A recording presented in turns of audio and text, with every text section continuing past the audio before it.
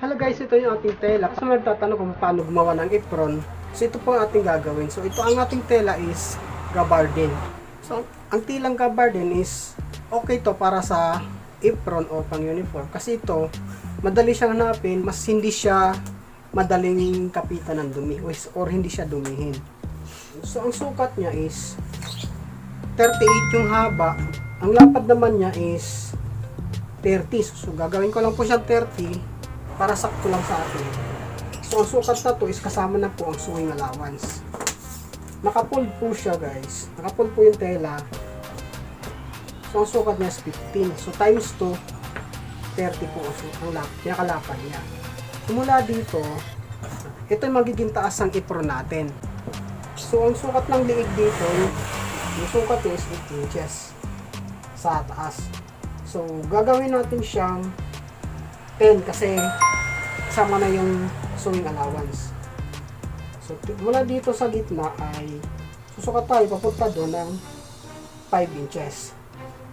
Dahil nakafold yung ating tela. Diyan, mula naman dito sa taas, susukat naman tayo ng 15 inches. Ito siya. Ayan. Then, ayan. Lagyan natin yung kunting korba. Ano ba?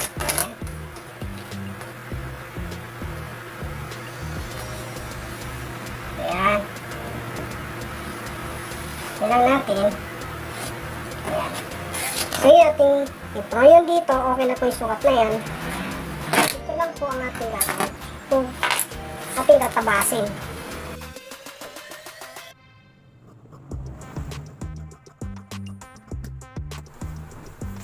so ito na yung ating apron.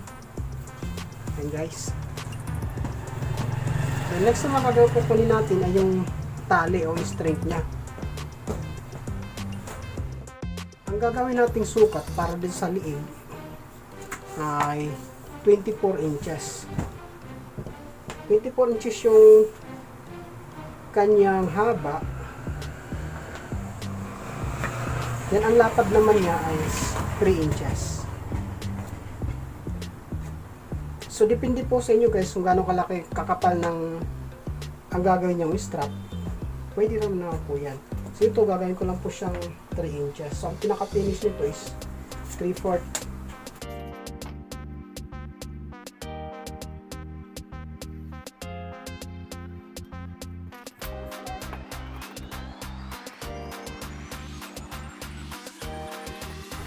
Next naman yung sa dalawang tali sa gilid. Sa baba. Susukat tayo dito ng mga 30.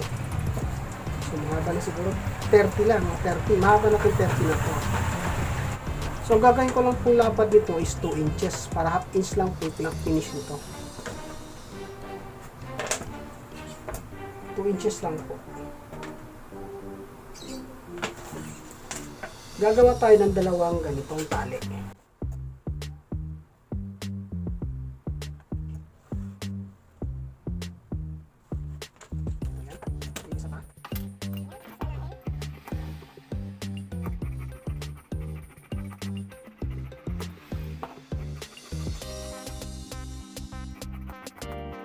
Then buuin muna natin yung ating tali, yung sa liig at saka yung sa side. Bigyan na natin siya ganyan.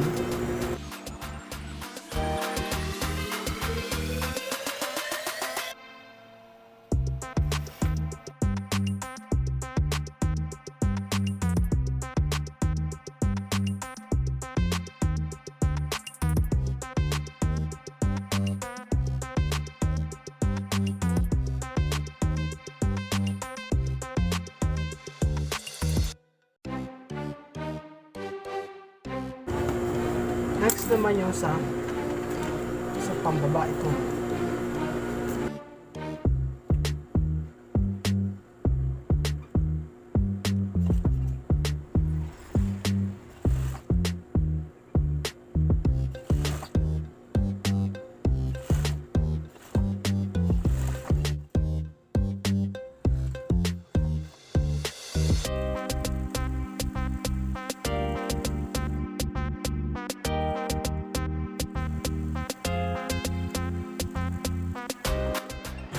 Tapian muna natin yung gilid, yung side na to, bago natin kabit yung strap.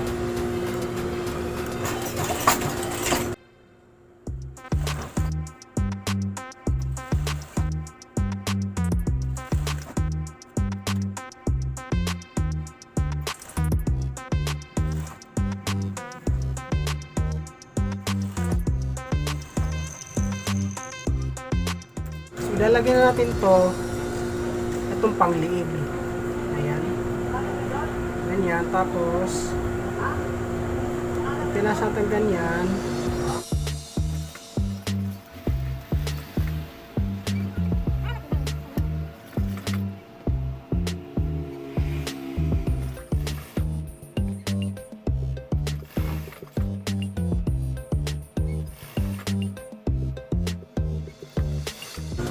Ganon din dito sa ilalim itong sack. Dito rin natin siya ilalagay. Ayan. Iipitin din natin siya dito sa pitin niya.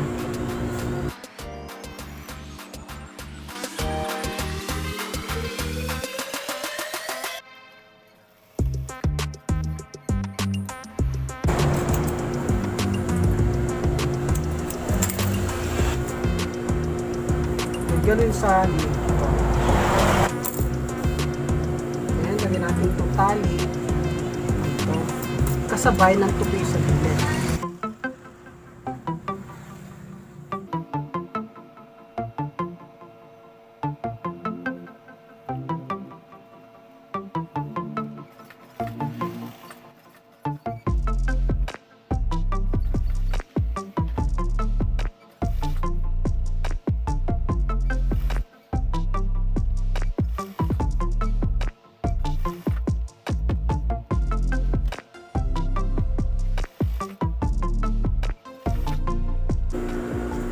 So itong talin sa ibabaw, sabihin na natin ito, pag tinupi mo sa dito, nakapailalim na rin ito.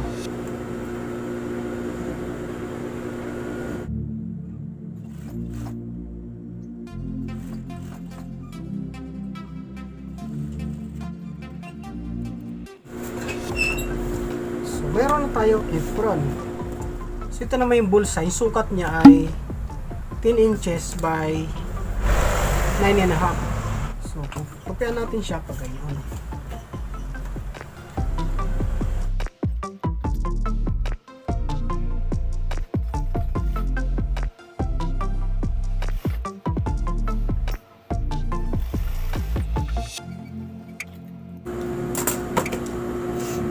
Then, natin ito ikakabit dito sa bandang right side. Okay guys, dito. So, depende sa inyo kung saan nyo lalagay banda itong bulsa to, yung pocket na to. Pwede sa gitna o pwede lang dito sa side lang. Sa isang side. Ayan. Tansya nyo lang kung saan kayo komportable maglagay.